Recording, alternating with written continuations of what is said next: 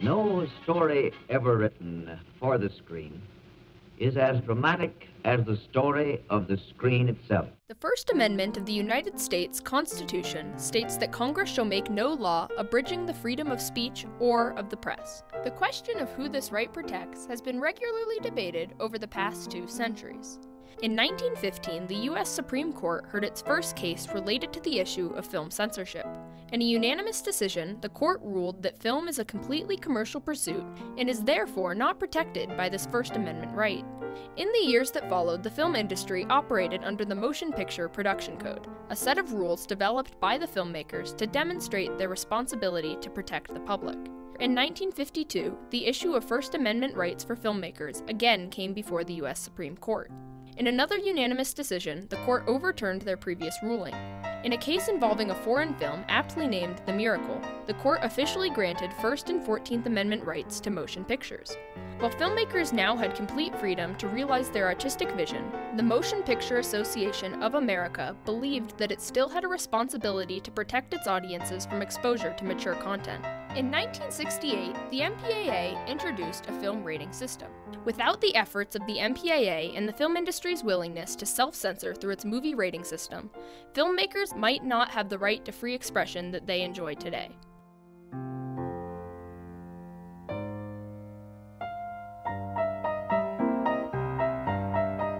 Ever since there has been art, there have been artists trying to push the boundaries of acceptability. In this constant effort to go beyond, every artist will come into opposition with people who wish to censor the attempted artistic expression and ban exposure to and consumption of this media. With the introduction of motion pictures in the late 19th century, few people realized the impact that film could have on its audiences. In 1907, the city of Chicago enacted the first film censorship law in America.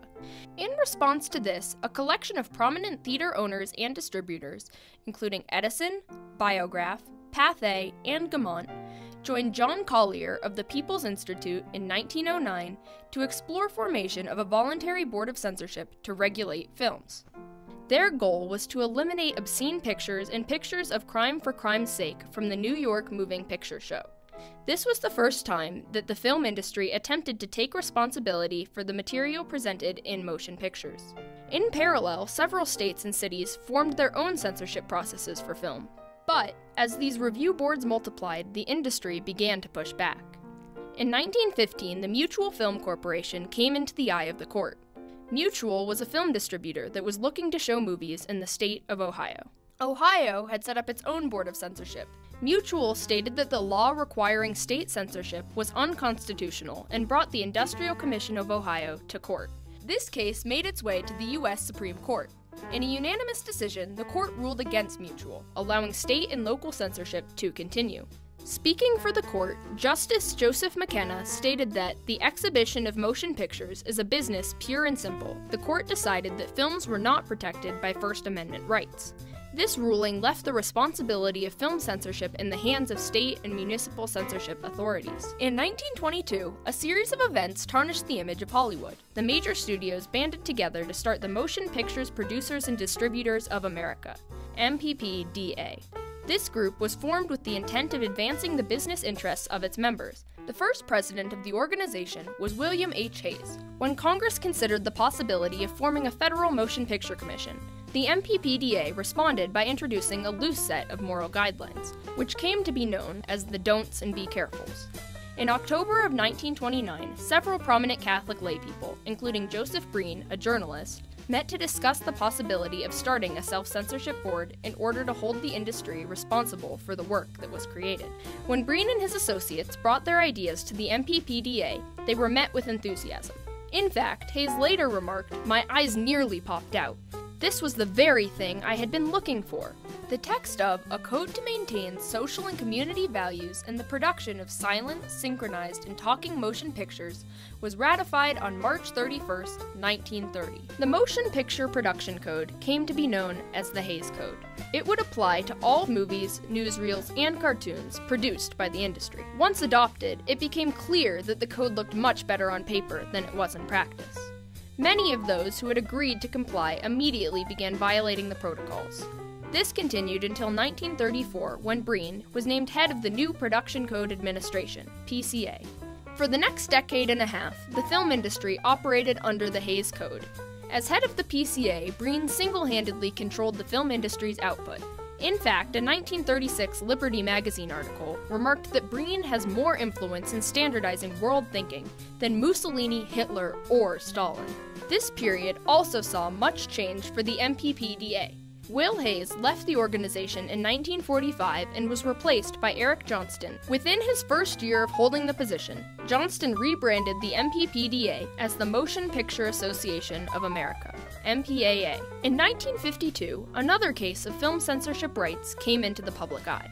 The case was Joseph Burston Incorporated versus Wilson, and related to the distribution of an Italian picture called The Miracle. The Miracle dealt with issues that were seen to be indecent and sacrilegious by religious groups. Joseph Burston, a prominent film distributor, fought to allow the film to be screened and was granted rights to show it by the New York Supreme Court. Religious groups were unhappy with the decision and began to boycott theaters showing the film. Following this boycott, another effort was made to revoke the film's license. The New York Board of Regents reviewed the film and consensually ruled that it was sacrilegious. From here, the case was elevated to the U.S. Supreme Court. This was the first time since the 1915 Mutual case that the court had agreed to hear arguments on a film-related matter. In a unanimous decision, they determined that expression by means of motion pictures is included within the free speech and free press guarantee of the First Amendment, and that the liberty which the First Amendment guarantees against abridgment by the federal government is safeguarded by the Due Process Clause of the 14th Amendment from invasion by state action. Speaking for the majority, Justice Tom Clark stated that motion pictures are a significant medium for the communication of ideas. The Miracle case overturned the prior Mutual decision and gave freedom to the artist without the fear of government censorship. By the 1960s, full artistic rights of filmmakers had been realized. Everything was wide open, so films could become socially conscious, politically conscious. Films could criticize. While the film industry continued to operate under the Hays Code, by 1966, the industry was beginning to move away from these constraints. Eric Johnston had passed away in 1963, and the MPAA finally hired Jack Valenti as its new president in 1966. His first order of business was to draft a film rating system to replace the Hays Code. He felt that self-regulation would provide a middle ground between protecting the rights of filmmakers and upholding the industry's responsibility to consumers for its movies. On November 1st, 1968, this film rating system was implemented.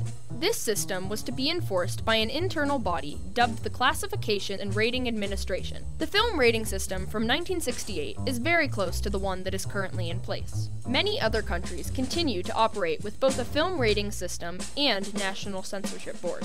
Influenced by the film industry, other media have instituted their own rating systems as well. These attempts at self-regulation have been introduced in an effort to balance the artistic rights of the designer and the responsibility to protect the public. Moreover, recent studies have shown that the rating system is becoming more lax. Films containing images of sexual activities, drug use, and profane language typically receive more stringent ratings, while films with images of gun violence tend to receive more leeway in their ratings.